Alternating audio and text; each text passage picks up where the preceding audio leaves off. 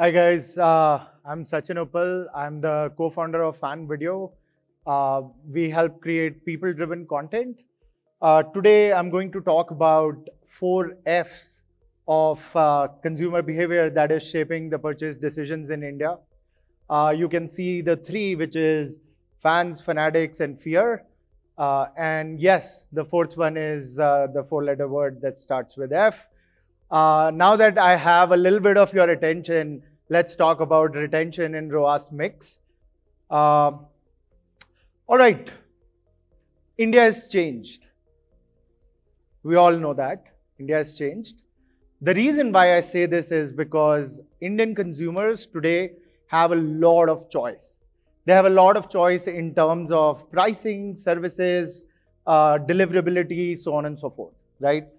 Uh, And there are three trends that I'm going to talk about, which are shaping now how people are taking decisions, right? The world has become communal. What it means is that people may not still be making all the decisions based on logical, rational approach that might have existed in past. Our nation is driven by emotions. We take actions based on how we feel. If we feel positive or negative about certain things, we go in hordes and take action on that. We are forming communities of action. We all get together on communities based on Facebook groups, on WhatsApp, on Telegram, and so on and so forth. And there are people who are leading that change, who are driving who become the voice of purchase in such platforms.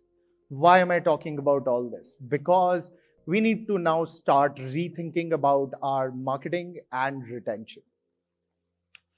Now, how is all this happening, right? And there are fans and then there are fanatics, right? Um, people want to, essentially brands want to make fans, right? But are fans the ones who are driving actions, or are fanatics driving actions, right? So, and then what really works from a ROAS standpoint, from a retention standpoint? What works? Like fans work or fanatics work, right? All right, so here is a simple quiz for everybody.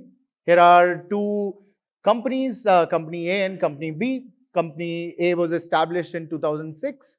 Company B was established in 1936, a 100-year-old company. And look at the revenues, right? Company A is currently at 30,000 crores in the past 15 years, and the company B, which has been existing from 1936, is at 40,000 crores, right? Now, how is company B doing this, right? And what do you think how are they driving this? Are they driving it with fans, or are they driving it with fanatics? So people who over here believe that, company A, which is on this massive fast track growth, they use fanatics or fans. People, any guesses? People who think, company A uses fanatics, raise their hand. Okay. Company A uses fans, raise their hands. Okay. All right. Let's see. So essentially, company A has currently 750,000 followers on Instagram, while the company B, which has existed for past 100 years, has only less than 30,000 fans, right? So what is really happening over here, right? Who are these fanatics? Who are these fans? What are their traits, and how this works? By the way, any guesses? What is company A? Sorry? ITC? Okay. Any other guesses? Sorry? Patanjali. All right, yes. So company A is Patanjali and company B is Hindustan Unilever. All right, so here are the traits of fanatics, right? Fanatics have a louder voice, right? They have a louder voice than fans. This louder voice then leads to forceful action. They're able to drive results. Who are these people? They are your actual paying customers. The moment a person who buys from you and they see the value, you need to enable them to be their voice to be heard and them to be seen. If their voice is heard and they're seen, they are more likely to then share, recommend, and help more and more people to buy more, right? So essentially they drive net results, net bottom line for the company, which we just saw in the previous slide. Now, a lot of people, might think that, oh, fanaticism has a negative connotation, right? But we as marketeers and, business leaders over here, we understand that if someone likes what you are doing, if someone likes the products that they're using and the services that you're using, they are more likely to talk about it with their entire community, right? What that means is that we need to understand that what are their core belief systems.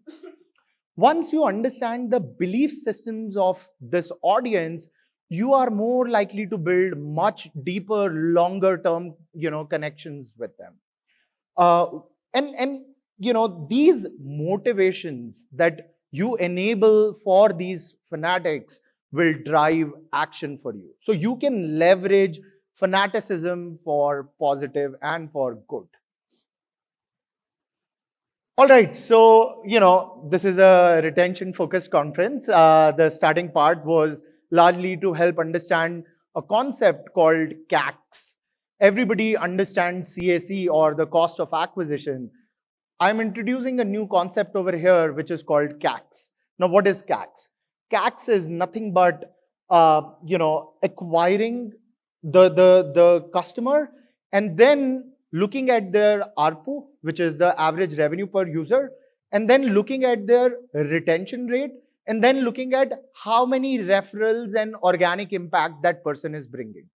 Now, if you are driving acquisition and you are looking at CAC only, and those acquisitions are not driving more customers for you, then you have gotten one transaction, right? Now, is that one transaction enough? Maybe you'll get some revenue, so you've gotten a customer. But what I'm talking about is going beyond CAC, looking at driving fans and fanaticism. And how that is going to happen? When you build your retention rates, when you build your paid referrals through your existing customers. And that is a metric that each one of us should be tracking to understand that if I spend, $5 or $10 to acquire one customer, what is the actual value that they generated? Now, we all know every month, the pricing on Facebook and Google, the CPMs are going up, right? So paid acquisition is going to continue to become harder.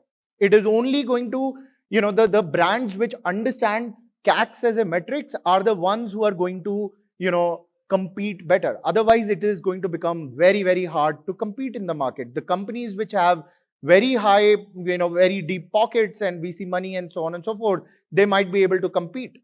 But then for everybody else, it's going to be a challenge, right? So building communities and measuring this metric will become very, very important. Let me show you this through an illustration, right? When you look at similar metrics like a CAC of $100, an ARPU of $1,000, a retention rate of 40%, and if you're not tracking paid referrals, then your RoAS is going to be 4. As opposed to if you were tracking the paid referrals at an individual line item level, you might see your CACs as 8. Now, why is this important? The reason why this is important is because currently, when you are running a paid marketing campaign, you will look at RoAS, you'll say, oh, my RoAS is like 2. And you might have put your internal benchmark that I'm going to stop at 2, right? But if you would have tracked the CACs, you would have seen the community effect, you would have seen the referral impact, and that community and referral impact came because of acquisition. It wouldn't have come otherwise. And if you can track and understand who are these people so that you can drive more of such people, right? Now, what is the competitive advantage that you can build for your business, right? Now, Everybody over here has access to Google, Facebook, programmatic buying, affiliates, so on and so forth, right? Now, like I mentioned, that constantly the pricing is going to increase. Facebook and Google are not there to help you make money. They are there to make money for themselves, right? And it is an open auction, right? And in an open auction, the floor price determines that how much you will have to pay the minimum, which fundamentally means that every year when they are going to increase the floor price, your margins will shrink, right? Because 10 years back, probably there were 100 advertisers on Facebook in India. Today, there are probably 100,000 advertisers in India. What that tells you is that the competition is constantly increasing. So how will you build your competitive advantage?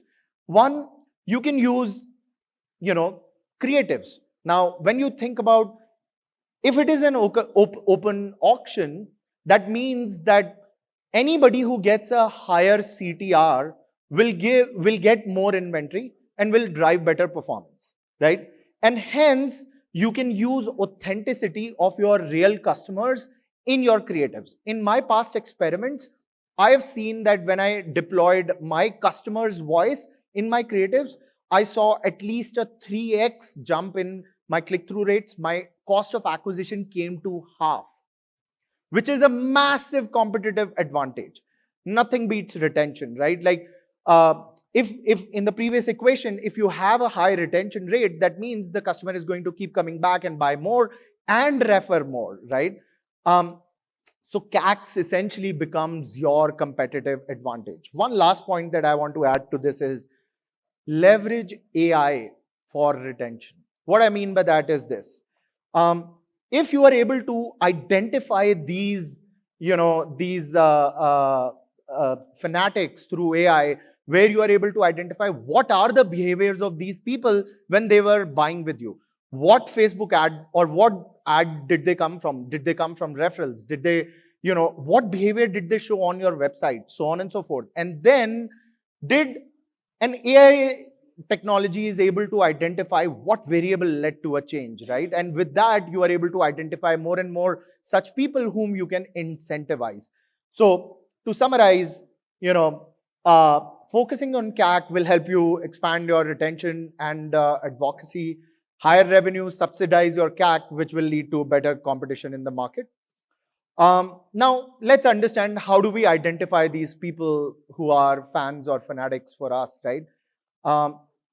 Evoke emotions. Very, very important, right? The way our brain works is that it works on neurotransmitters. Every single time I will see a change in my emotion will be because some neurotransmitter is firing in our neurons, right? Who are these people? They are the ones who are sharers, referrers, and complainers. The reason why this matters is because these people think that our brand is their own brand. Once someone believes in that this brand is my own brand, they care about you and they act. And once they act, they reduce your CAC because they'll get more customers for free. They'll form communities, they'll form so many things and enable higher growth. All right, so what emotions would you evoke, right? What emotions work, right? These are the three emotions which work universally: fear, pride, and humor. When you want to create content and want urgent action, use fear. Fear drives urgent action. Pride is a consistent retention driver.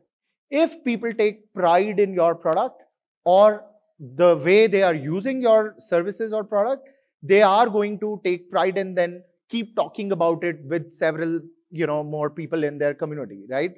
And humor gets you, in like good attention and, it lightens things up, right?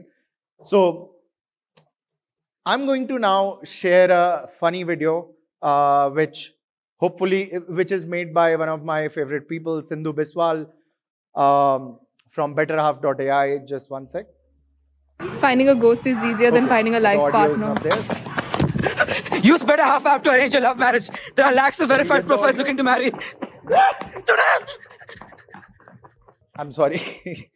All right, so let me try to replay if it is possible. Finding a ghost is easier than finding a life partner. Use better half app to arrange a love marriage. There are lakhs of verified profiles looking to marry. So the idea is very simple, right? Like, Sindhu and I keep talking about creatives and so on and so forth. And he said that, I'm going to produce one video every day or every week. And I don't want to spend like millions of dollars and hundreds and thousands of dollars in making such content. So he's created a mini production house in-house where they just come up with these crazy ideas, right? And they just keep, coming up with these awesome video content. The last part, everybody's heard about this book, The Subtle Art of Not Giving a F. When you get to the crux of that book, essentially what they're saying is, don't get into things that you can't, sort of do without troubling your brain. The only thing is this, right? With customers, you have to give a F, right? The reason why you have to do that is because today we talked about personalization, hyper-personalization, so on and so forth, because it works. And hence, deep understanding of your customers is important, right? The more you understand, the more you'll be able to personalize, right? And deep personalization happens with AI. You're sitting on so much of data, you can leverage that and drive very, very personalized journeys. And that leads to a power of one-to-one communication. The power of one-to-one communication makes everybody feel heard, makes everybody feel cared about, and they become fanatics for your brand. Thank you.